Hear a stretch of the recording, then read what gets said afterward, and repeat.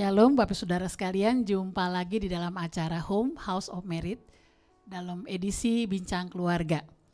Pasti semua sudah menanti-nantikan acara ini ya, pasangan suami istri atau mungkin pasangan yang mau menikah.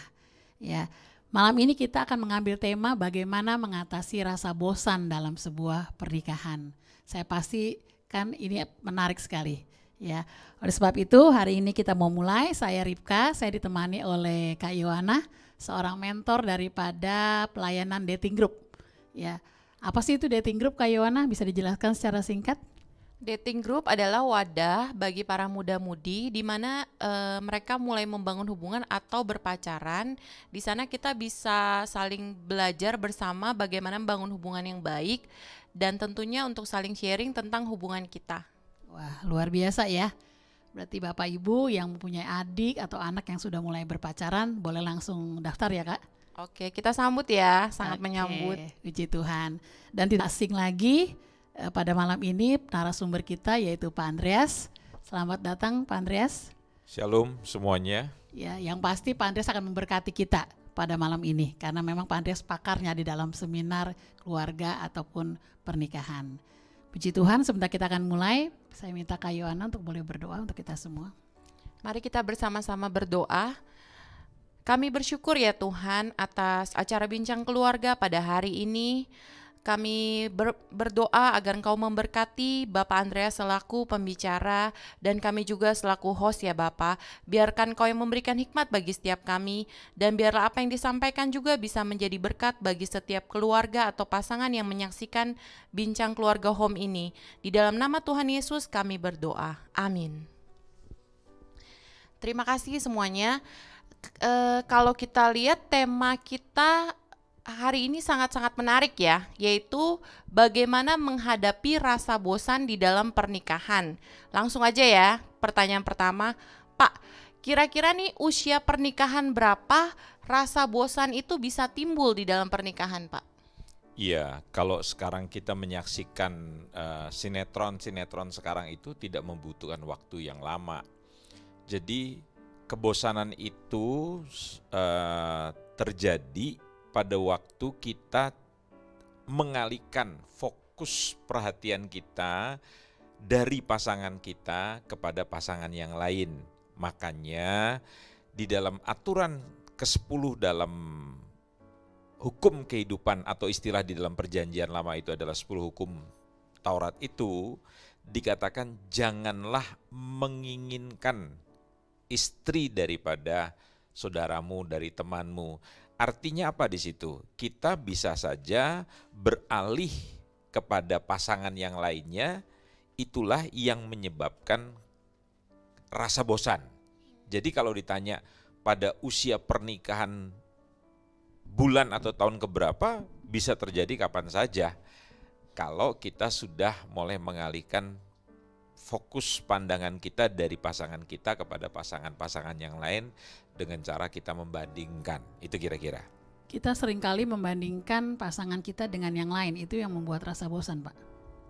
Ya, harus dimengerti dulu, sebuah pernikahan yang sehat itu harus mempunyai sebuah fondasi yang kuat. Kitab Pengkhotbah mengatakan bahwa berdua lebih baik dari seorang diri. Memang kalau hubungannya atau korelasinya dengan pernikahan, seseorang itu sebetulnya mempunyai pernikahan itu hidupnya harus menjadi lebih baik setelah menikah. Yeah. Kemudian tali 3 lembar dalam Pengkhotbah 4 itu tidak mudah dikalahkan, tidak mudah diputuskan. Ikatan yang ketiga itu bukan hanya suami istri, dan ikatan ketiga itu tidak bicara tentang hadirnya seorang anak. Karena tujuan pernikahan itu bukan untuk mempunyai anak. Anak itu adalah pusakanya Tuhan yang dipercayakan dalam pernikahan. Jadi bisa saja dalam pernikahan orang tidak dikaruniai anak. Itu yang harus dimengerti. Nah, kalau pengertian kita bahwa sebuah pernikahan itu akan menjadi utuh dan langgeng karena hadirnya pribadi yang ketiga yaitu kehadiran seorang anak, seharusnya ada banyak rumah tangga tidak boleh bercerai ataupun menimbulkan rasa bosan dengan kehadiran anak. Tetapi begitu banyak rumah tangga justru setelah punya anak rumah tangga itu bisa menjadi pecah diawali dengan rasa bosan dulu. Nah, jadi tali yang ketiga itu adalah bicara tentang hadirnya Tuhan di dalam rumah tangga itu, Kristus dalam rumah tangga. Artinya apa? Rasa bosan itu terjadi pada waktu seorang suami atau seorang istri tidak lagi menganggap bahwa hubungan dengan Tuhan itu adalah prioritas, adalah hal yang terpenting. Karena cinta itu adalah hasil daripada hubungan kita dengan Tuhan.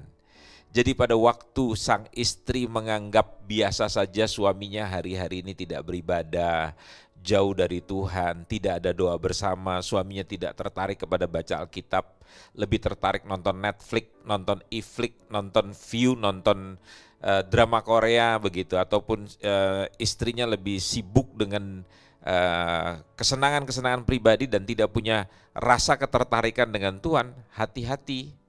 Itu akan membuat satu hari hubungan suami istri itu akan menjadi lemah.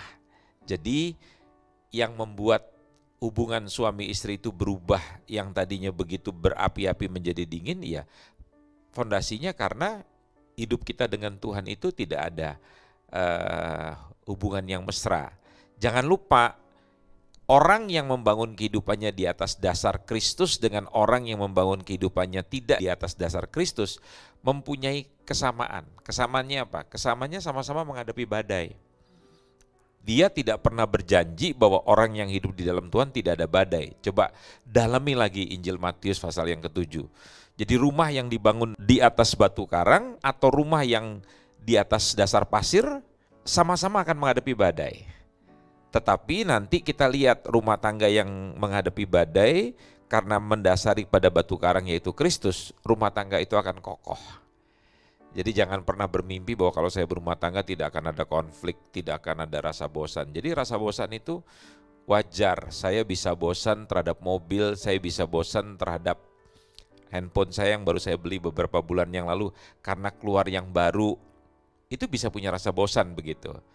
Ya, jadi rasa bosan itu bisa terjadi di dalam semua lini kehidupan. Nah, itu yang perlu disadari. Nah, cuman nanti kita akan pelajari bagaimana kiat-kiatnya supaya rasa bosan itu harus diatasi. Karena kalau tidak itu akan menghancurkan sebuah pernikahan. Jadi kalau dari pembicaraan Bapak, rasa bosan itu nggak boleh dibiarkan terus-menerus lama ya Pak di dalam pernikahan. Harus kita lakukan sesuatu.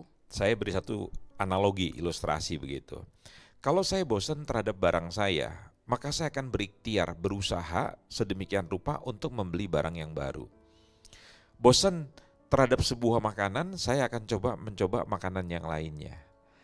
Tetapi tidak boleh jalan keluar di dalam pernikahan itu saya bosan dengan pasangan saya, lantas saya mencoba pasangan yang lain, mencoba wanita yang lain, atau perempuan mencoba laki-laki yang lain sebagai selingan begitu loh. Kalau itu terjadi pada makanan, iya nggak ada masalah. Tetapi di dalam pernikahan, sebagai seorang Kristen, orang menikah itu seumur hidup adalah belajar setia kepada pasangannya. Sampai kapan? Sampai mati. Kalau memang punya kerinduan untuk ganti pasangan, ya berdoa saja supaya pasangannya cepat mati begitu kira-kira, supaya dia punya kesempatan untuk menikah lagi. Tapi kalau dia pasangannya tidak meninggal, ya dia harus seumur hidup begitu loh. Tidak boleh ada niatan-niatan. Pencobaan boleh saja datang, godaan itu bisa saja datang begitulah. Ya, misalnya begini, ada banyak orang berpikir bahwa pernikahan yang sehat itu tidak mungkin kehilangan rasa, termasuk salah satunya rasa bosan gitu. Kenapa saya kok sekarang tuh pernikahan ini tidak bergairah? Saya rasanya dengan istri saya ataupun seorang istri berkata dengan suami saya dingin-dingin aja, biasa-biasa aja, nggak seperti dulu meletup-letup apa segala macam. Malah sekarang saya kalau lihat teman saya sekantor tuh saya lebih meletup-letup hati saya. Jadi artinya apa? Banyak orang mendasari pernikahannya itu dengan perasaan. Padahal perasaan kita menurut Alkitab itu nggak bisa dipegang karena dia up and down, naik turun. Perasaan itu tidak boleh dipercayai. Dalam pernikahan kita harus hidup di dalam kenyataan bahwa kita sudah berjanji seumur hidup, saya menikah dengan dia sampai maut memisahkan kita. Kalimatnya perhatikan, apapun yang terjadi, susah ataupun senang, kaya ataupun miskin, sehat ataupun sakit. Kalau sehat kan semua baik-baik, kalau sakit kan rasanya nggak enak. Nah, orang menjadi setia pada saat semuanya sehat. Tapi pada saat jiwanya sakit, kita menjadi lupa dengan perjanjian kita. Padahal di situ adalah ujian daripada komitmen ataupun ucapan janji yang pernah kita ucapkan. Nah, itu kira-kira sampai di sini dulu. Pak, bagaimana sih trik-trik kira-kira untuk menggairahkan lagi nih pernikahan yang sudah mulai jenuh, yang sudah mulai bosan? Mungkin Bapak bisa kasih tahu. Ya, yang paling pertama adalah saya mau beritahukan bahwa kembalikan dulu hubungan suami istri ini kepada Tuhan. Karena secara psikologi saja, para pakar pernikahan dunia saja, mereka mempunyai kiat-kiat nasihat-nasihat yang bagus. Misalnya, cobalah ajak jalan-jalan ke pantai pasangan Anda, begitu. Pergilah ke tempat-tempat yang belum pernah Anda pergi, begitu. Itu nasihat yang baik.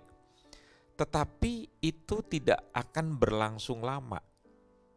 Sekarang pertanyaannya, tempat mana lagi yang harus kita kunjungi? Kalau misalnya pakar pernikahan ini atau konselor pernikahan ini mengatakan cobalah pergi ke tempat-tempat rekreasi. Apalagi sekarang di masa COVID seperti begini kan kita tidak bebas mengunjungi satu tempat. Mungkin terbatas pada lokal kita, kalau kita di Jakarta kita masih bisa pergi ke Jawa, bisa keliling, tapi kita untuk nyebrang apalagi naik pesawat ke pulau-pulau yang lain, kita harus melakukan protokoler kesehatan. Misalnya ada pulau yang masih diisolir dengan kita mesti swab. Kemudian kita mengalami kendala dalam soal dana, biaya. Itu kan membutuhkan dana yang tidak murah. Kalau memang kiat-kiat itu menjadi solusi utama di dalam mengatasi rasa bosan, ya lakukan saja segitu. Seperti kata para ahli. Makanya saya ingin mengatakan kepada kita suami istri, kalau ilmu dalam psikologi itu bisa menyelesaikan konflik dalam pernikahan, maka Kristus tidak perlu datang ke dalam dunia. Kristus datang ke dalam dunia karena ada begitu banyak orang yang sudah mengalami persoalan dalam rumah tangga tidak bisa diselesaikan oleh para konselor pernikahan dalam tanda petik. Bukan berarti saya tidak mengakui peran konselor pernikahan itu sangat positif, sangat baik. Tetapi persoalan ini adalah hubungannya bukan dengan masalah jiwa saja. Sakitnya jiwa seseorang itu disebabkan faktor utamanya adalah karena dosa. Dosa itu sangat erat korelasinya hubungannya dengan hubungan dia seseorang dengan penciptanya, dengan Tuhan. Tadi yang saya bilang, kalau seorang suami dia berdosa, hidupnya tidak benar, lantas istri mengeluh, saya nggak suka sama suami saya karena dia berzina, Pak, berselingkuh. Selingkuh ataupun zina menurut saya belajar dari firman itu hanya sekedar buah. Coba pelajari Galatia 5. Buah-buah daging itu isinya apa saja? Salah satunya adalah perzinahan, perselingkuhan begitu. Jadi itu buah. Berarti kan ada akarnya. Akarnya apa? Kalau kita belajari sesungguhnya, katakan dia punya kebencian, akar kenajisan, tetapi asalnya apa? Paling utama, kesombongan yang merupakan pemberontakan bahwa manusia itu tidak butuh Tuhan. Jadi selama suami dengan istri tidak mempunyai hubungan yang harmonis dengan Tuhan, dia tetap membelakangi Tuhan, dia tetap jatuh dalam dosa, artinya tetap dikuasai dosa. Mau nasihat yang bagaimanapun juga tidak akan pernah bisa berhasil. Jadi saran saya, suami harus kembali kepada Tuhan, istri perlu berdoa supaya suaminya kembali kepada Tuhan. Tetapi istri tidak bisa menuntut suaminya untuk kembali kepada Tuhan.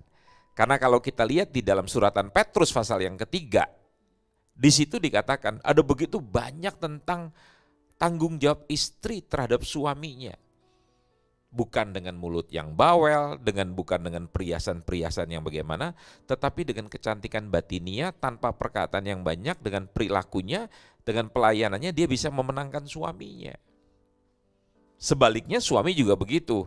Kalau dia melihat istrinya dalam keadaan yang tidak benar, dia tidak bisa menganiaya, bersikap kasar, menghujani pasangannya dengan kata-kata yang keras. Mungkin dia tidak melakukan persekusi, kekerasan dalam rumah tangga dalam bentuk fisik, tetapi dalam bentuk verbal, dalam sikap yang meremehkan itu juga akan sangat melukai pasangan. Jadi itu kan semua buah, tapi sekali lagi akarnya adalah orang mesti kembali kepada Tuhan. Selama mereka tidak kembali kepada Tuhan, kita akan lihat buahnya. Untuk berdoa bersama aja susah. Jadi makanya mulailah suami istri kalau dia mau bertobat, mulailah setiap hari menyediakan waktu untuk berdoa bersama. Mulai bergandengan tangan berdoa bersama, baca Alkitab, hal-hal yang praktis saja. Nanti nasihat daripada kansel pernikahan tentang misalnya jalan apa segala macam, buat makan bersama-sama apa segala macam, itu adalah sifatnya adalah tambahan begitu, pelengkap. Tetapi perlu belajar seperti begitu karena ada banyak suami istri juga yang maaf kata tidak punya kreativitas seperti begitu. Coba Pak dijelaskan lebih lagi nih tentang kreativitas, bagaimana kita menghabiskan waktu bersama pasangan kita. Bisa seperti apa sih kegiatan-kegiatannya? Tentunya yang pertama memang harus kita hubungannya baik dulu sama Tuhan ya Pak, suami istri. Tapi maksudnya untuk hal praktis seperti apa sih? Apakah makan keluar doang? Apakah cuman bisa seperti itu? Soalnya banyak dengar cerita kalau pasangan yang menikah tuh biasa, apalagi udah punya anak, kadang-kadang mereka tuh sangat sulit untuk mereka tuh punya waktu bisa berdua, bisa ngobrol, bisa pergi jalan-jalan berdua. Nah mungkin Bapak bisa kasih contohnya seperti apa? Soalnya kalau kita lihat, maaf Pak, Bapak sama Ibu udah menikah berapa tahun? Lebih daripada 30 tahun. Wow, udah lebih dari 30 tahun ya. Terus kalau berkenalan dengan Ibu mungkin dari tahun 81, jadi sudah 39 tahun lebih. Wow, 39 tahun, tapi kita lihat Bapak kan sama Ibu sering banget tuh pergi berdua, makan berdua, maksudnya olahraga berdua segala macam. Jadi mungkin bisa juga nih Pak, kita di sharing sedikit, terutama buat suami saya dan yang lainnya juga, biar tergerak Pak. Oke. Sebelum kita sampai kepada, atau saya menjawab pertanyaan daripada Yohana tadi, ada baiknya juga suami istri selain mempunyai fondasi tadi hubungan dengan Tuhan yang benar, kadangkala mereka tidak mempunyai pengetahuan, mereka tidak mempunyai pengertian, mereka tidak mempunyai hikmat. Jangan lupa Amsal itu mengatakan bahwa 3 hal tadi, pengetahuan, pengertian dan hikmat itu adalah salah satu atau ketiga unsur yang akan membangun sebuah pernikahan yang kokoh begitu. Nah, ada banyak orang menikah tidak pernah belajar, tidak pernah diajar, mereka nggak pernah ikut bimbingan pranikah. Ada banyak orang menganggap bahwa bimbingan pranikah itu mempersulit mereka. Saya bisa saja bicara soal hukum tanpa sekolah di Fakultas Hukum, tetapi kan orang tidak akan percaya pada saya kalau saya tidak punya sertifikat sarjana sebagai seorang praktisi hukum. Orang tidak akan mau datang kepada saya minta ditolong persalinan karena saya tidak pernah sekolah kedokteran, apalagi saya tidak pernah mengambil spesialis di dalam bidang ginekologi begitu. Tidak mungkin orang mau begitu. Nah sekarang ada banyak orang menikah begitu, berjalan secara alamiah saja. Makanya ada begitu banyak pernikahan-pernikahan yang seharusnya tidak harus hancur di tengah jalan, tidak perlu melakukan kebodohan-kebodohan, seandainya mereka itu punya pengetahuan. Dari pengetahuan itu muncul pengertian, dari pengertian akan muncul yang namanya hikmat. Dan awal daripada pengetahuan tadi kita baca dari kitab Amsal 1 adalah mulai daripada takut pada Tuhan. Takut pada Tuhan itu artinya kita menempatkan Tuhan itu pada posisi yang paling kita hormatin. Nah, ada banyak keluarga di Indonesia yang tidak takut sama Tuhan. Jadi itu fondasi dulu yang perlu saya tekankan. Kemudian misalnya seperti dalam seminar-seminar saya mengajar dalam hubungan suami istri, dalam pernikahan yang sehat itu ada kemampuan untuk menyelesaikan pertengkaran. Kita bukannya tidak boleh berselisih pendapat dengan pasangan kita bukannya tidak boleh adu mulut, tidak boleh bertengkar begitu. Tapi kita perlu belajar bagaimana kiat-kiat bertengkar yang baik gitu. Tidak saling menghujat, tidak saling melempar barang, tidak saling memukul, menyakiti baik secara tubuh ataupun bahasa tubuh ataupun melalui verbal begitu kata-kata. Nah, itu semua dipelajari, belum lagi kalau background latar belakang rumah tangga kita dibesarkan dalam dalam orang tua yang bagaimana, itu sangat mempengaruhi dalam kita mengarungi rumah tangga itu. Kita lihat orang tua kita dalam menyelesaikan konflik, mereka selalu suara keras. Nanti dalam pernikahan kita juga akan begitu tuh. Karena kita berpikir dengan suara yang lebih keras akan memenangkan konflik itu begitu. Itu salah satu contoh. Artinya dalam pernikahan yang sehat kita harus mempunyai kemampuan untuk menyelesaikan pertengkaran. Sementara ini ada banyak rumah tangga tidak punya. Contohnya begini, begitu mereka bertengkar, begitu mereka merasa itu, mereka langsung diem. Atau mereka pergi meninggalkan rumah. Itu cara mereka bertengkar. Dan anak-anak menjadi bingung. Ada lagi pada waktu suami istri bertengkar, dia cari dukungan dari anak-anak. Sehingga anak-anak mendukung ibunya atau anak-anak mendukung bapaknya.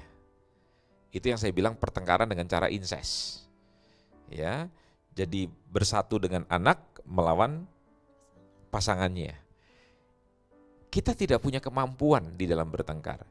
Nah, itu bisa menimbulkan kita akhirnya menjadi capek dengan pasangan kita dan akhirnya boring, bosen, jenuh. Perhatikan nggak kalau kita bertengkar ada, saya sudah capek sama kamu, saya udah bosan. Ada yang lari, ada yang mendiamkan, ya apa yang terjadi, terjadilah kisera-sera, begitu kira-kira. Karena ingat kita tidak boleh bercerai, ya sudah, rumah tangga jadi seperti kayak neraka begitu saja. Kemampuan yang kedua yang saya bilang di dalam pernikahan yang sehat itu kita harus tetap saling menerima. Harus terjadi bahwa di dalam pernikahan yang sehat itu pasti ada kekecewaan. Pasti ada kemarahan, ada kesedihan, ada kekesalan. Namun itu tidak boleh berlangsung lama. Ya. Jadi dalam pernikahan saya saja, ada kalanya saya bertengkar dengan istri dan tidak ingin berbicara. Tapi saya mau katakan dalam perjalanan waktu itu bisa bertahan, waktu awal-awal menikah itu bisa lama begitu. Kita tidak bicara. Tapi semakin dewasa, jadi itu korelasinya hubungan kita dengan Tuhan. Sekali lagi kedewasaan tidak ada hubungan dengan usia. Tapi semakin kita berhubungan dengan Tuhan, kita semakin dewasa, itu lantas kita mulai kalau bertengkar itu ataupun beda pendapat namanya konflik itu paling hanya berlangsung beberapa menit dengan sebuah pengertian, sebuah kesadaran bahwa orang yang saya nikahi itu memang perempuan yang tidak sempurna, suami yang tidak sempurna, dan tidak ada pasangan yang cocok. Tapi di dalam hidup saya harus belajar mencocokkan diri dengan pasangan saya. Ya jadi kita belajar bagaimana menerima pasangan kita apa adanya, bukan membandingkan pasangan kita dengan orang lain. Begitu. Hari-hari ini kan laki-laki suka digoda nih misalnya begini. Waduh, dari pergaulan melihat bahwa ternyata perempuan yang cantik itu adalah yang seksi, yang bodinya seperti gitar, begitu. Ukuran payudaranya sekian. Begitu berannya ukuran sekian. Tapi kenyataan kita punya pasangan tidak seperti yang digambarkan oleh dunia. Itu mungkin cuma perbandingan secara jasmania saja. Oke, kita bisa atasin. Tetapi begitu kita tidak punya kemampuan tadi untuk bertengkar, untuk menerima pasangan kita apa adanya mulai dibanding-bandingkan begitu, ya lama-lama kita juga bisa bengkok juga. Kemampuan-kemampuan seperti ini. Dan yang ketiga, sebelum nanti dilanjut kepada kira-kira yang pernak-perniknya saya bilang, ya, di dalam pernikahan yang sehat terkadang memang tidak ada perasaan apa-apa. Nah, ini yang kadang-kala orang bingung. Dulu waktu pertama bertemu itu rasanya jatuh cinta itu sejuta rasanya begitu. Berbunga-bunga. Iya, kayaknya nggak lihat dia sehari saja. Dia nggak balas WA saja saya udah susah gitu lah. Bahkan kalau dia keluar kota saya coba mengunjungi rumahnya saja, lihat pagernya aja, lihat anjingnya aja saya udah senang gitu. Itu dulu sebelum menikah. Dan waktu pertama kali menikah bulan madu itu rasanya bahagia. Saya bilang begini, kenapa tidak dari dulu begitu loh. Ternyata menikah itu bahagia banget gitu. Jadi ada orang mengatakan bahwa sebelum menikah itu rasanya itu stroberi, rasanya apa, tapi sekarang setelah menikah itu kok rasanya jadi rasa yang sangat menyedihkan, mengerikan sekali begitu. Nah itu orang tidak sadar. Itulah kehidupan di dalam pernikahan. Bahwa pada waktu itu meletup-letup, waktu itu menggebu-gebu, itu adalah hormon kita, daging kita. Cinta yang sejati itu bukan seperti begitu.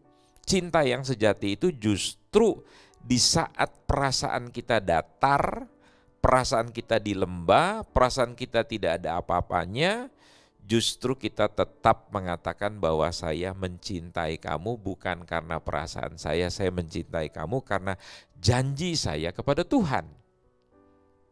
Nah jadi itu yang harus dimengerti begitu. Kemudian yang keempat, di dalam pernikahan yang sehat itu adalah kita harus belajar menghormati pandangan pasangan kita.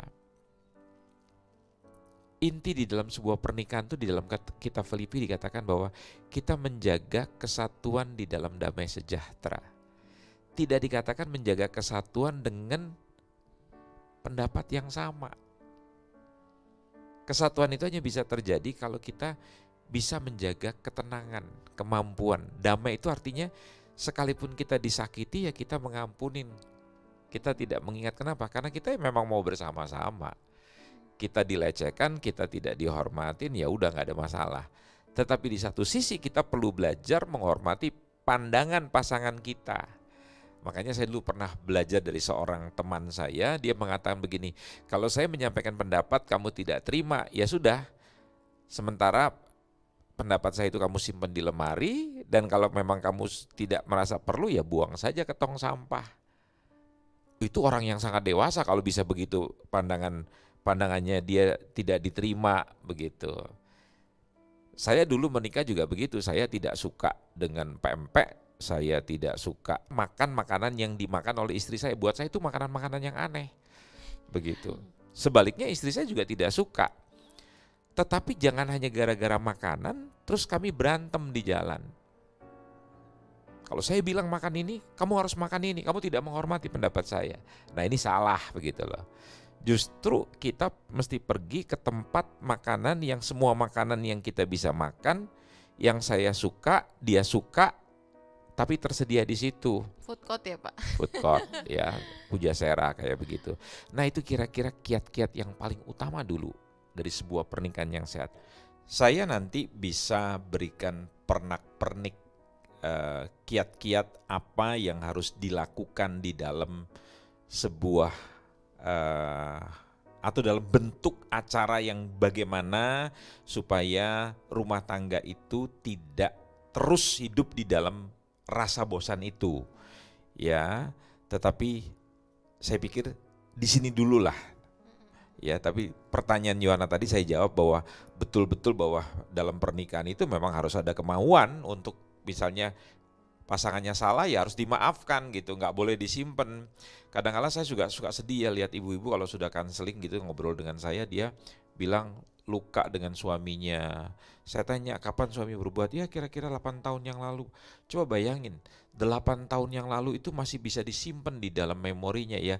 Terus terang ya pada akhirnya sesuatu sampah yang dibawa itu akhirnya menimbulkan bau yang tidak sedap begitu gitu loh. Kita coba pelihara anjing saja kalau tidak dimandikan setiap hari, kotorannya tidak dibersihkan itu bisa menimbulkan bau busuk. Bayangkan itu kebencian, luka itu bisa dibawa bertahun-tahun. Saya pikir itu dulu dah kemampuan untuk mengalihkan rasa bosan itu, mengatasi rasa bosan dengan cara ya kita harus hidup dalam perdamaian. Punya kemauan untuk memaafkan pasangan kita. Pak, jika hubungan suami istri nih, dalam hubungan suami istri yang tidak baik atau mereka tidak puas, itu bisa mengakibatkan kebosanan juga nggak dalam pernikahan? Maksudnya tidak puasan itu apa misalnya? Dalam hal apa contohnya? Dalam hubungan suami istri, hubungan seks. Keintiman, seks begitu. Iya, di dalam pernikahan yang sehat juga saya di sini sangat mementingkan hubungan keintiman. Karena kadang-kala begini, banyak pasangan begitu menikah, mereka tidak lagi menganggap bahwa keintiman itu, seks itu adalah sesuatu yang penting.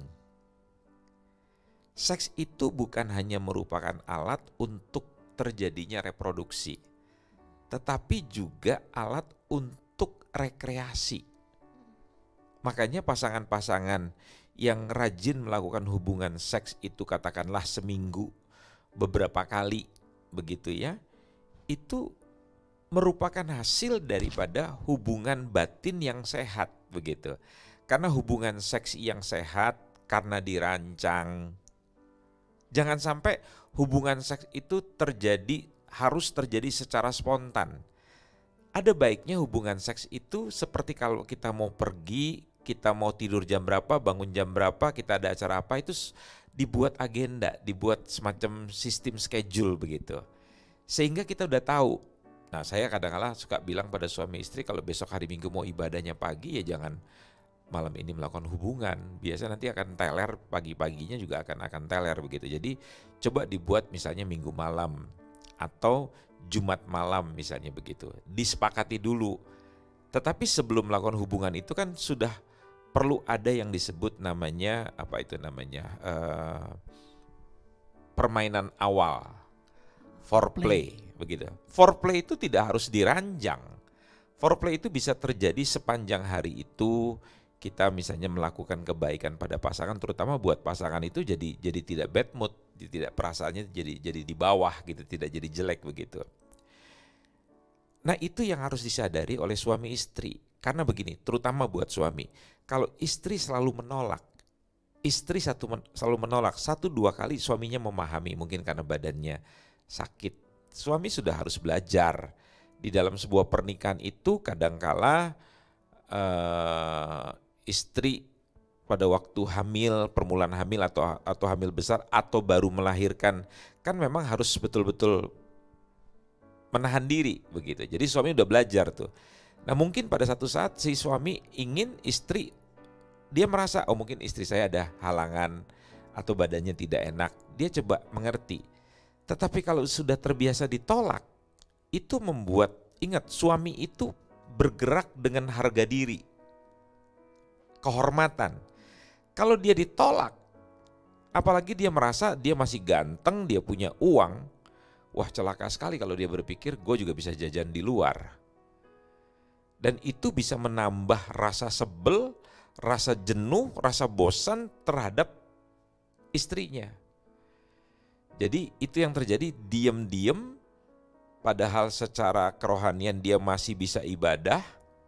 Walaupun ibadahnya sudah gak bisa fokus lagi karena dia hatinya udah bengkok.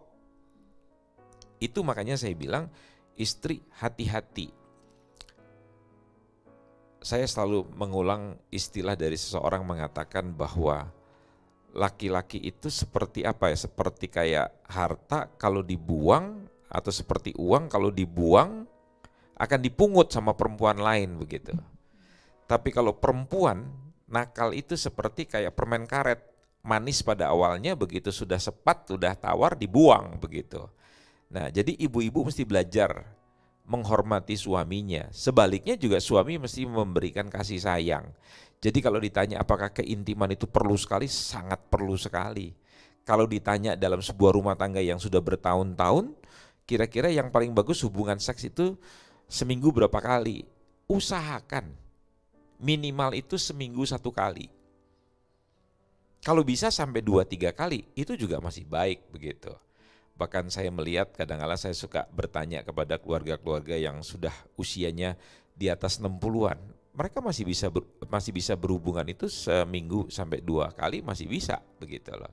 Dan mereka rancangkan. Nah, itu perlunya kita menjaga kesehatan. Saya pesan kepada ibu-ibu, kalau suaminya sudah kena penyakit gula dan ada gangguan di dalam prostatnya, bukan berarti bahwa suaminya tidak bisa melakukan hubungan intim.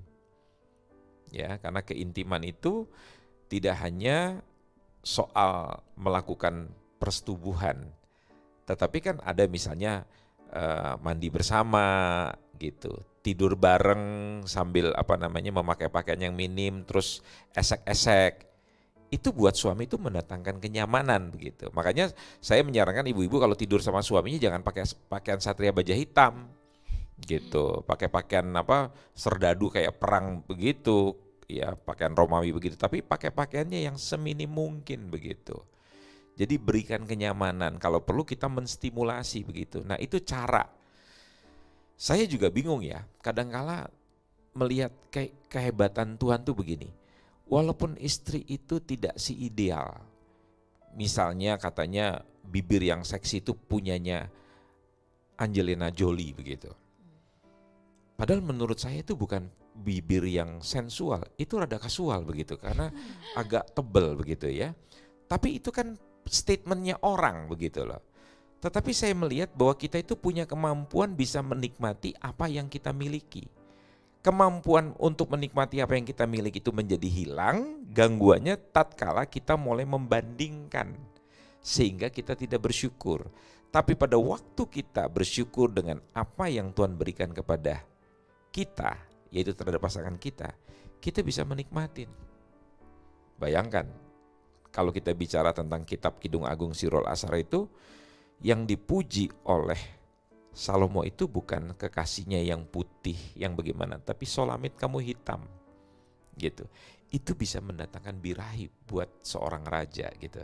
Jadi pesan saya buat wanita-wanita yang pas-pasan, yang kurang cantik begitu, fisik boleh kurang cantik begitu, tetapi Anda harus mempunyai kecantikan secara batiniah begitu. Di dalam permainan seks, di dalam hubungan seks, Anda harus bisa mendatangkan gairah buat suami. Saya pikir begitu, dan gak perlu belajar dari film-film porno, daripada buku-buku yang negatif begitu. Itu kemampuan yang Tuhan berikan, tetapi kita harus mengembangkan, belajar begitu. Sehubungan dengan seks lagi, Kak Maman, saya berikan contoh begini. Misalnya suami istri, kenapa kalau hubungan itu terlalu konvensional begitu, diranjang di tempat tidur, dan posisinya sama, selalu berhadapan. Kenapa sekali-sekali tidak di sofa? Pas lagi berdua tidak ada orang di rumah, menggoda pasangan pas lagi di dapur. Bisa terjadi hubungan seks di kamar mandi, di mana saja dalam pose yang tidak harus selalu berhadapan secara konvensional. Mungkin bisa dengan cara yang model yang lain, asal disepakati berdua. Jadi jangan sampai ada pasangan atau misalnya istri merasa kok dimanfaatkan dengan suami belajar dari film porno. Nah itu akan melukai. Tidak boleh. Jadi harus betul-betul disepakati, merupakan hasil daripada pengembangan rasa sayang, rasa cinta begitu. Nah saya selalu mengatakan janganlah melakukan hubungan itu pada tempat yang sama dengan cara yang konvensional. Tapi bisa sedikit kreatif, misalnya di sofa, di kamar mandi begitu, atau pergi, misalnya kita pergi ke hotel, kita pergi ke satu tempat yang itu, di situ kita bisa itu kreatif. Itu salah satu contoh yang saya bilang tadi, pernak-pernik. Jadi keintiman itu penting sekali untuk membangun sebuah pernikahan yang sehat. Tadi kan Bapak bilang harus disepakati, ya kan, terus juga janjian waktunya untuk melakukan hubungan seksual gitu ya Pak. Tapi kan banyak nih kita maksudnya mungkin ya banyak yang merasa kayaknya tabu ya ngomongin hal seperti itu, malu gitu kan. Terus masa sih kita mau melakukan aja perlu janjian dulu segala macam. Tapi sebenarnya itu penting ya Pak, justru kita mengkomunikasikan hal itu. Kenapa sih Pak penting gitu? Iya, karena itu kan salah satu unsur yang memang diperintahkan Tuhan di dalam pernikahan itu, kata kitab Korintus, kita tidak boleh saling berjauhan.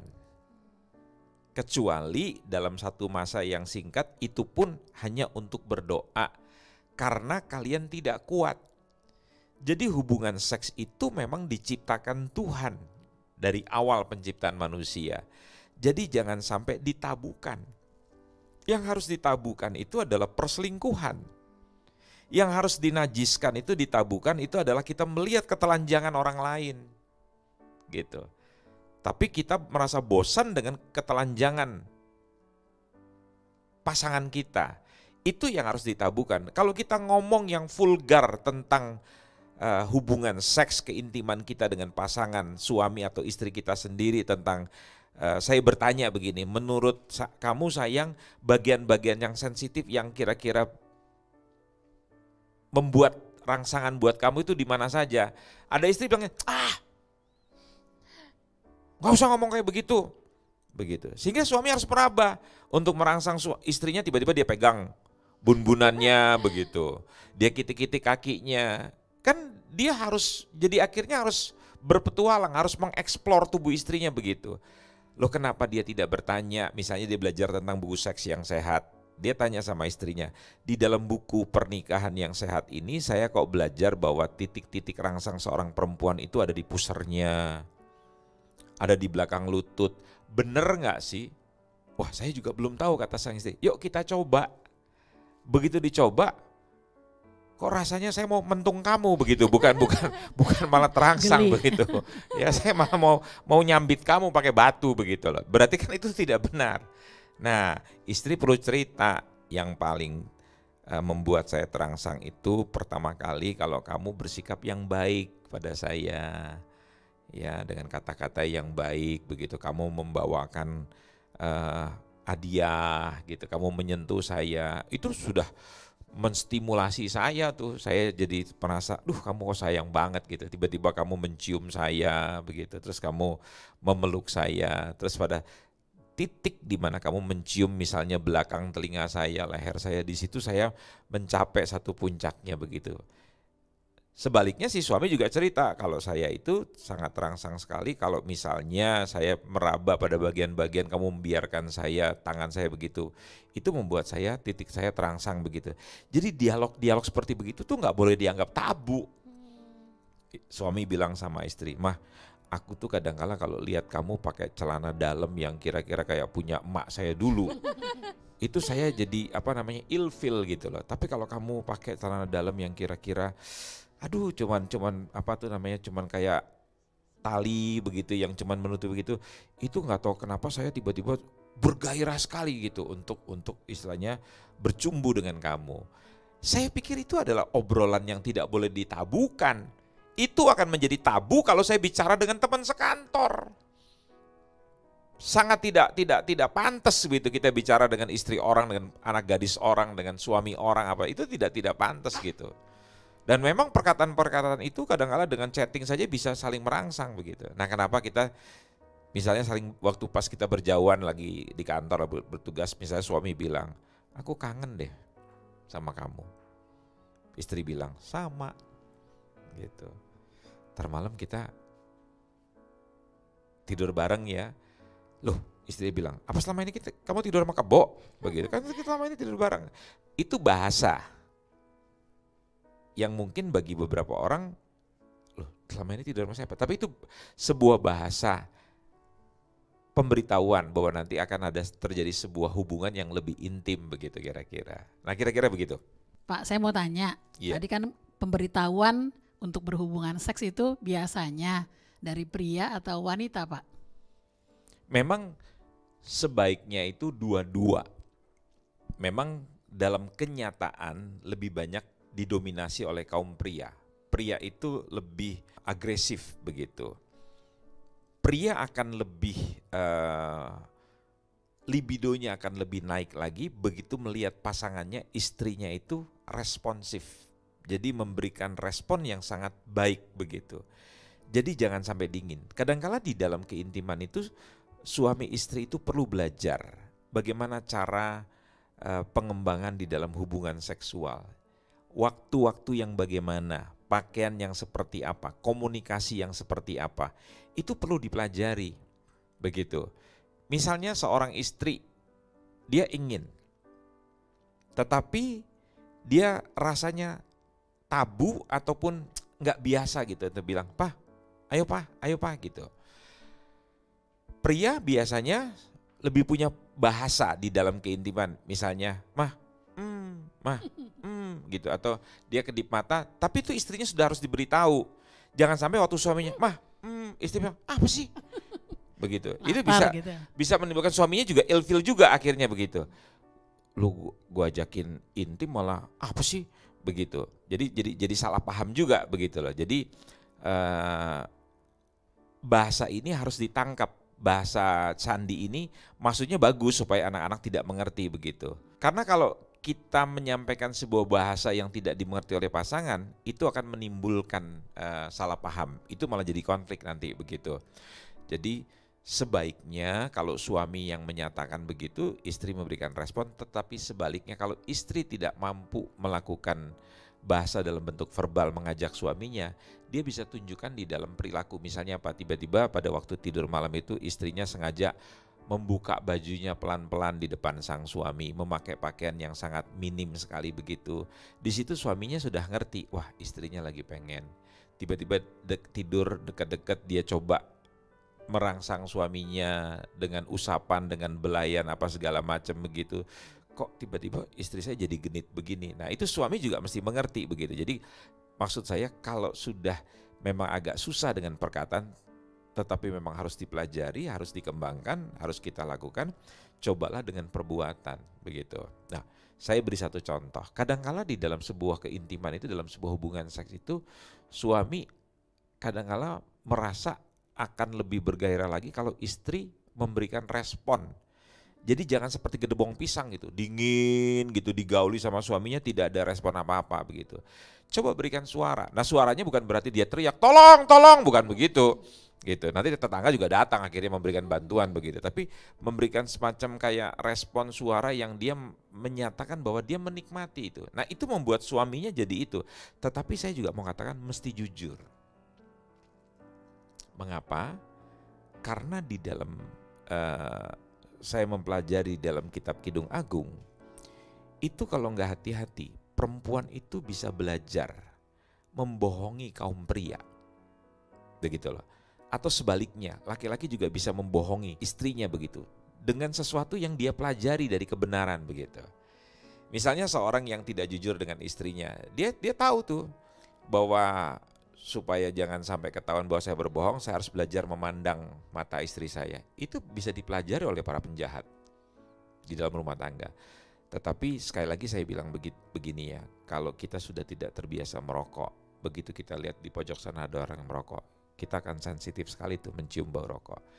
Seorang suami yang hidup benar, seorang istri yang hidup benar, dia akan mempunyai sebuah kepekaan. Jadi penting sekali menjaga hidup yang kudus.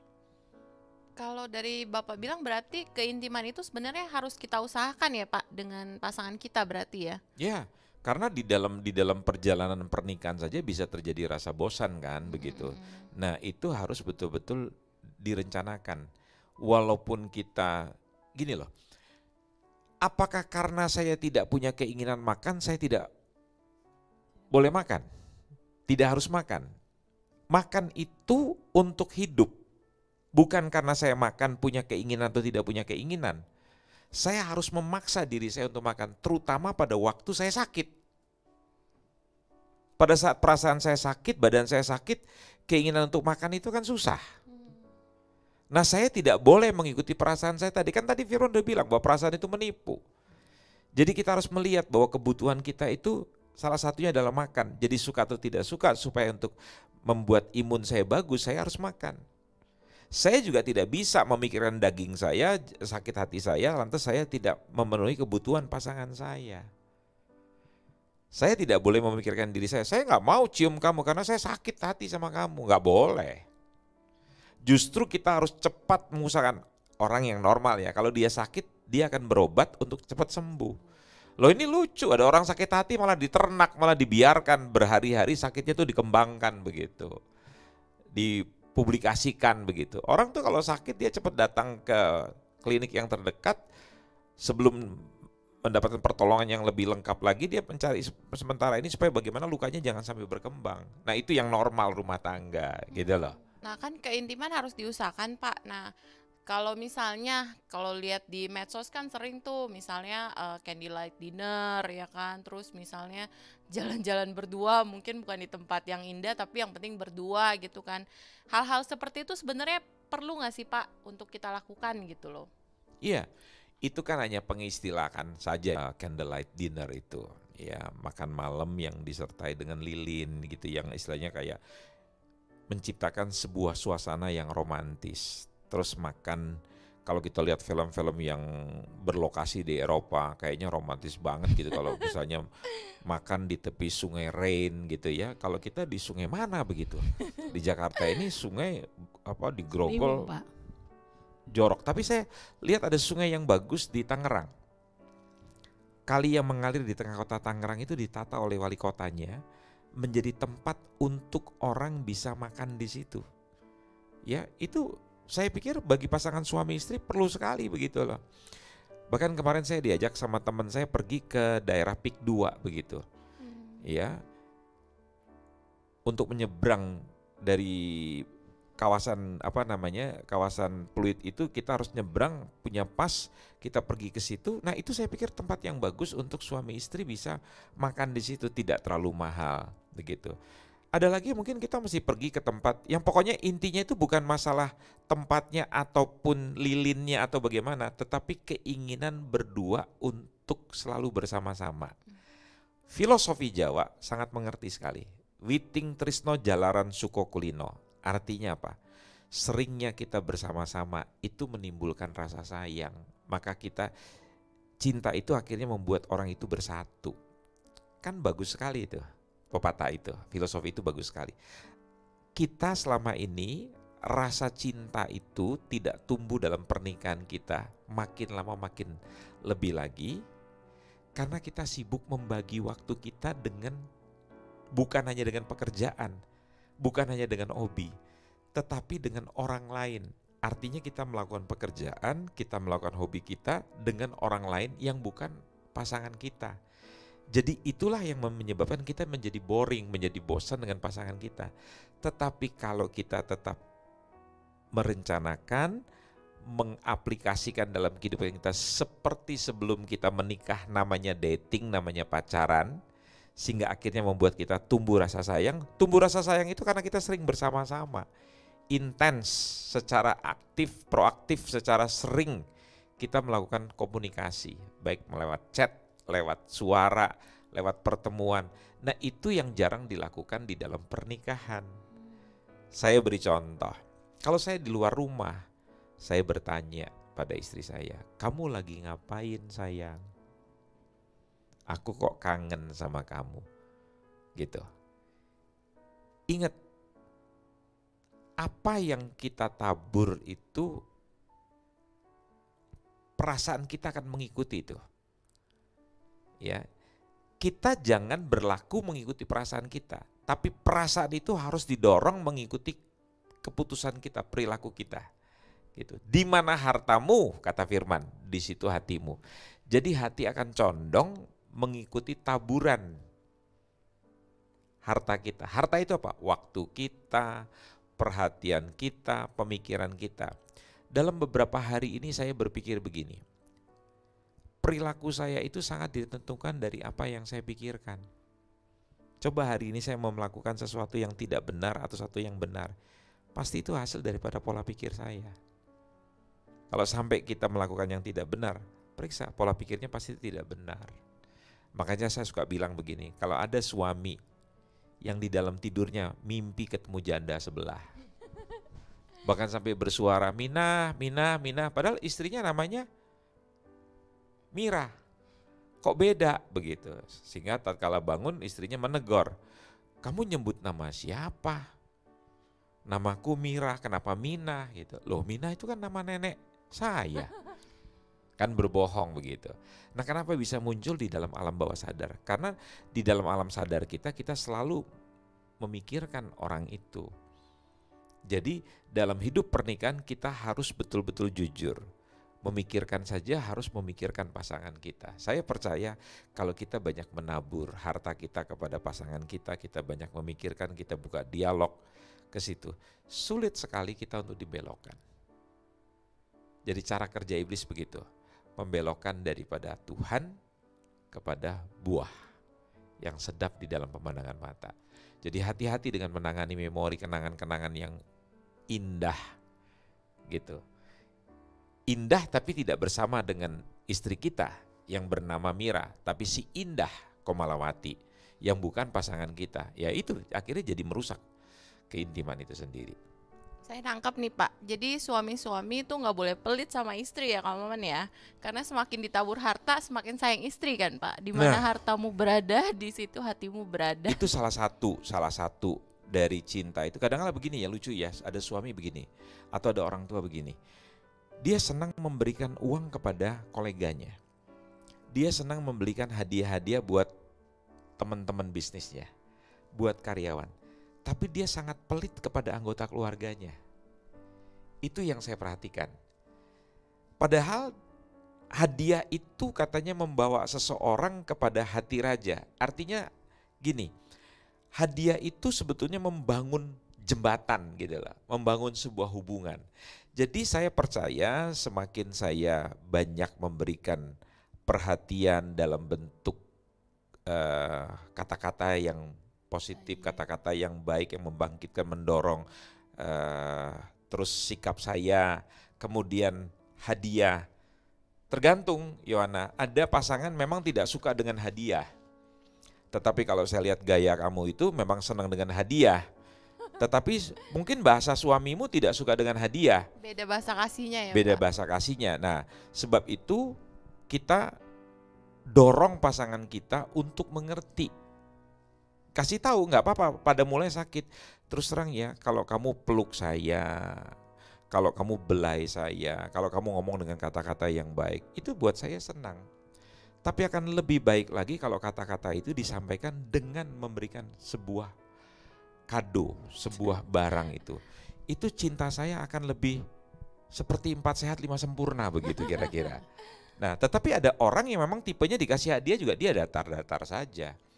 Karena bahasa kasihnya itu adalah ucapan kata-kata yang baik begitu. Wah, kamu hebat.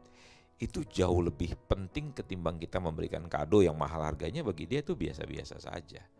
Begitu. Beda persepsi, beda itu keinginan begitu. Jadi harus disitulah kata kuncinya adalah dialog semuanya. Ya. Ada lagi yang mau Pak, ditanya? kalau mengatasi kebosanan dengan cara kita mungkin pergi ke tempat-tempat waktu kita berpacaran, terus kita mengulang kembali story-story yang ada. Nah, itu bisa membangkitkan gairah lagi nggak, Pak, untuk Bisa. pernikahan? Cuman kalau misalnya pada waktu pertama kali bertemunya itu memang waktu itu ekonominya masih sangat pas-pasan begitu ya.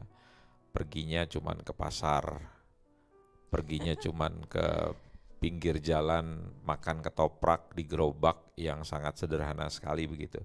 Dan sekarang dalam pernikahan kita punya tingkat ekonomi yang sudah bagus gitu. Kadang-kala belum tentu pasangan itu suka diajak ke situ. Saya beri contoh pada waktu saya dulu kuliah di Universitas Indonesia di Fakultas Hukum, kampusnya di Rawamangun.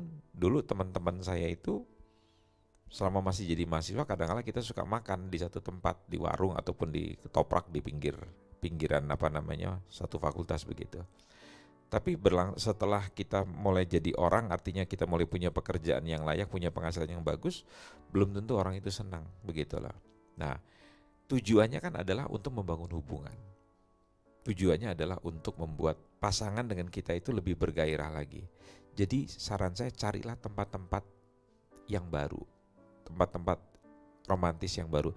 Intinya bukan mahalnya, intinya bukan tempatnya itu harus bagaimana, tetapi kita bisa terdorong, termotivasi untuk mau pergi berdua. Kadang-kadang tempatnya itu saja, jangankan kita, anak-anak itu kadang suka protes. Kayaknya dulu dari aku kecil mas sampai aku sekarang SMP, papa selalu ngajaknya ke kebun binatang. Apa nggak ada tempat yang lain? Begitu kira-kira. Jadi mesti kreatif. Kadang-kadang memang mesti distimulasi ya. Makanya coba lihat di acara televisi itu kan ada jelajah negeri, ada acara apa begitu. Tujuannya itu buat apa? Terus mungkin kadang-kadang ada buat makanan dipamerkan di dalam itu, cara makannya juga segala macam. Wow, kita tuh nontonnya sampai kadang-kadang saya bilang sama istri, kita perlu ke situ ya, kita perlu coba begitulah. Jangan hanya di dalam rumah, tapi juga perlu outing juga gitu. Kadang-kadang saya juga bilang gini, kalau misalnya ekonomi kita sekarang lagi pas-pasan, kita juga perlu mengencangkan ikat pinggang. Ada anak-anak atau ada pasangan bilang, yuk kita makan di luar begitu. Sementara kita tidak punya dana, ya kreatif aja lagi begitu. Bawa makanan dari dalam, makan di luar. Begitu. Yang paling bagus kan makan di taman, makan di tempat-tempat di pinggir sungai kan tidak ada larangan begitu. Kita makan di restoran orang dilarang, tapi kalau makan di food court begitu kan kita bawa minuman sendiri, bawa makanan sendiri kan nggak ada masalah begitu. Ya, itu kreativitas kita. Kadang-kala pasangan-pasangan kita perlu distimulasi begitu. Dan mungkin kita kalau hidup di dalam komunitas atau di dalam kelompok-kelompok kecil di dalam gereja itu, para pemimpin itu perlu mengajak pasangan-pasangan itu untuk pergi. Kadang-kadang mereka juga nggak punya wawasan seperti begitu. Jadi dalam pernikahan itu perlu belajar. Tujuannya adalah menambah insight ya, kira-kira wawasan seperti begitu. Jadi kalau dari yang tadi dibahas Pak, berarti kejenuhan itu sebenarnya bisa timbul karena hubungan kita sama Tuhan yang tidak baik, Pasti. dan juga karena hubungan kita dengan pasangan kita yang mungkin bermasalah juga Pak. Iya, itu harus dibereskan. Karena kalau tidak dibereskan, saya bilang begini ya, kalau kita punya mobil rusak, kita tidak bisa dandanin. Maka yang paling bagus kita menghubungi orang ketiga, yaitu bengkel, montir maksud saya. Kalau kita sakit, kita tidak bisa minum dengan obat-obat yang kecil. Pusing kita bisa pakai obat pusing gitu, antipiretik begitu. Tapi itu tidak bisa tertangani. Kan mau tidak mau kita sekarang datang ke rumah sakit, datang ke klinik, datang ke dokter, call dokter gitu. Kita minta tolong. Apa yang harus saya lakukan? Saya pikir begitu. Bapak Ibu di dalam pernikahan harus terbiasa datang kepada konselor pernikahan. Yang saya selalu sarankan jangan sampai ibu-ibu datang kepada pendetanya yang laki-laki. Ya, jangan sampai di dalam konseling itu adalah kita dengan lawan jenis. Jadi yang paling bagus ajak suami Anda, ajak istri Anda untuk datang kepada konselor pernikahan. Yang bagus itu kepada orang yang bersertifikat atau yang berotoritas atau kepada para gembala, para pendeta kita itu untuk mendapatkan pertolongan begitu. Dan yang pasti saya berharap para kanselor juga tidak bocor mulut gitu menceritakan tentang kasus daripada anggota jemaatnya yang lagi bermasalah, karena itu merupakan hal yang sangat rahasia, kecuali orang yang bersangkutan sudah memberikan kesaksian, testimoni daripada persoalannya dia menemukan jalan keluar. Itu menjadi hal yang sangat akan memberkati pasangan-pasangan yang lain kalau menghadapi masalah yang sama dengan mereka begitu. Oke, puji Tuhan, hari ini luar biasa ya Pak. Kita mendapat banyak insight nih, pandangan yang baru bagaimana merawat sebuah pernikahan yang baik. Sebentar kita mau berdoa bersama-sama Pak. Bapak boleh pimpin dalam doa? Ya, buat semua saudara-saudara yang menyaksikan tayangan ini House of Merit, saya berpesan bahwa hubungan dengan Tuhan itu adalah hubungan yang paling penting yang harus dilakukan oleh suami dan istri. Sebagai suami kita adalah imam. Imam dalam arti kata kita adalah pemimpin dalam keluarga. Kita harus membawa istri dan anak-anak kita kepada Tuhan. Tetapi dimulai dengan peran kita sebagai seorang pemimpin, kita harus memberikan keteladanan. Itu yang pertama. Yang kedua, kita juga harus mempunyai mesbah. Dalam arti kata mesbah dengan keluarga, tetapi mesbah yang saya maksudkan sini adalah mesbah dengan pasangan kita sendiri. Setiap hari ya plus minus 2-3 menit, ayolah berdoa berdua bergandengan tangan. Itu sangat penting sekali. Kemudian kita harus belajar di depan anak-anak, memeluk istri, memeluk suami. Kalau suami belum jadi imam, jangan dituntut ibu, tetapi doronglah dia. Misalnya begini, bolehkah papa mendoakan saya? Karena doa papa itu sangat penting buat kehidupan kita sekeluarga. Papa yang memberkati. Mungkin tadinya suaminya tidak biasa, tetapi karena Anda menghormati suami Anda, sekalipun doanya tidak baik, tapi Anda hargai, Anda mengatakan, wah papa hebat sekali begitu. Ya, nah kemudian belajarlah melakukan kegiatan itu bersama-sama, baik bersama-sama dengan anak, terutama dengan pasangan kita. Kenapa? Hubungan kita dengan anak itu adalah hubungan yang temporal, sementara. Kenapa? Begitu anak-anak dewasa, mereka akan meninggalkan kita, terutama kalau mereka menikah, mereka akan mengurus keluarga yang baru. Siapa yang mengurusi kita? Pasangan kita. Itu sebabnya saya berpesan, jagalah hubungan dengan pasangan itu yang sebaik-baiknya. Karena nanti yang menemani kita di hari tua pada saat anak-anak pergi adalah suami atau istri kita sendiri. Jangan terbiasa digalakin. Jangan terbiasa Anda melecehkan pasangan Anda, tidak menghormati. Percayalah, tatkala badan saya pegel, saya melakukan pijitan. Dan waktu saya melakukan pijitan itu, tangan saya gak enak. Tetapi badan saya yang dipijit itu merasa nyaman begitu. Artinya apa? Kalau Anda rajin membuat kebaikan kepada pasangan Anda, bukan yang senang itu pasangan Anda, tetapi Anda sendiri juga akan menerima respon balik yang positif. Tetapi kalau Anda berbuat jahat terhadap pasangan Anda, itu akan kembali kepada diri Anda menjadi tidak enak.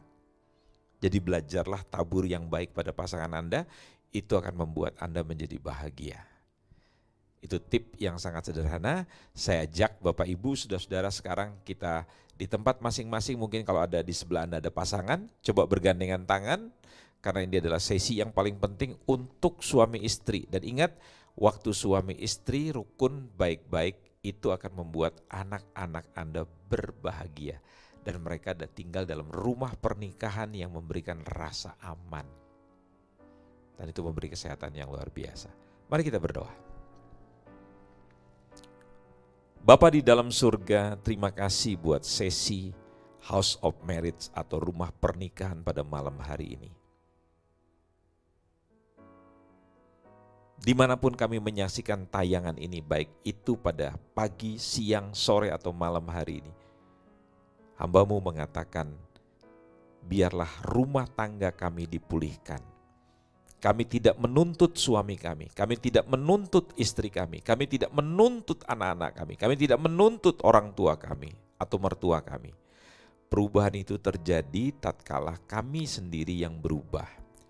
Pada waktu kami tersenyum, orang lain juga akan tersenyum.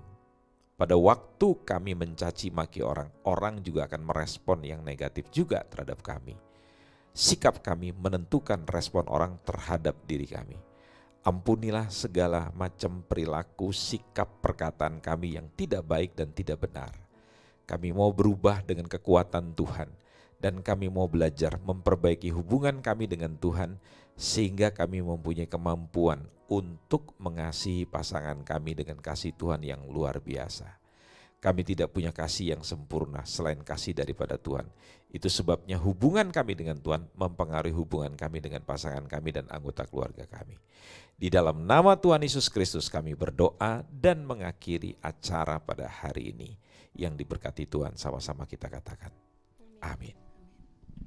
Puji Tuhan, pernikahan yang dilalui bertahun-tahun sampai maut memisahkan bisa saja terjadi kebosanan. Tapi hari ini kita belajar kiat-kiat bagaimana boleh mengatasi kebosanan yang ada, terutama kembali punya hubungan yang baik dengan Tuhan. Saya percaya pernikahan kita akan semakin disegarkan, penuh dengan anggur baru daripada Tuhan. Terima kasih, jumpa di dalam home berikutnya. Tuhan Yesus memberkati.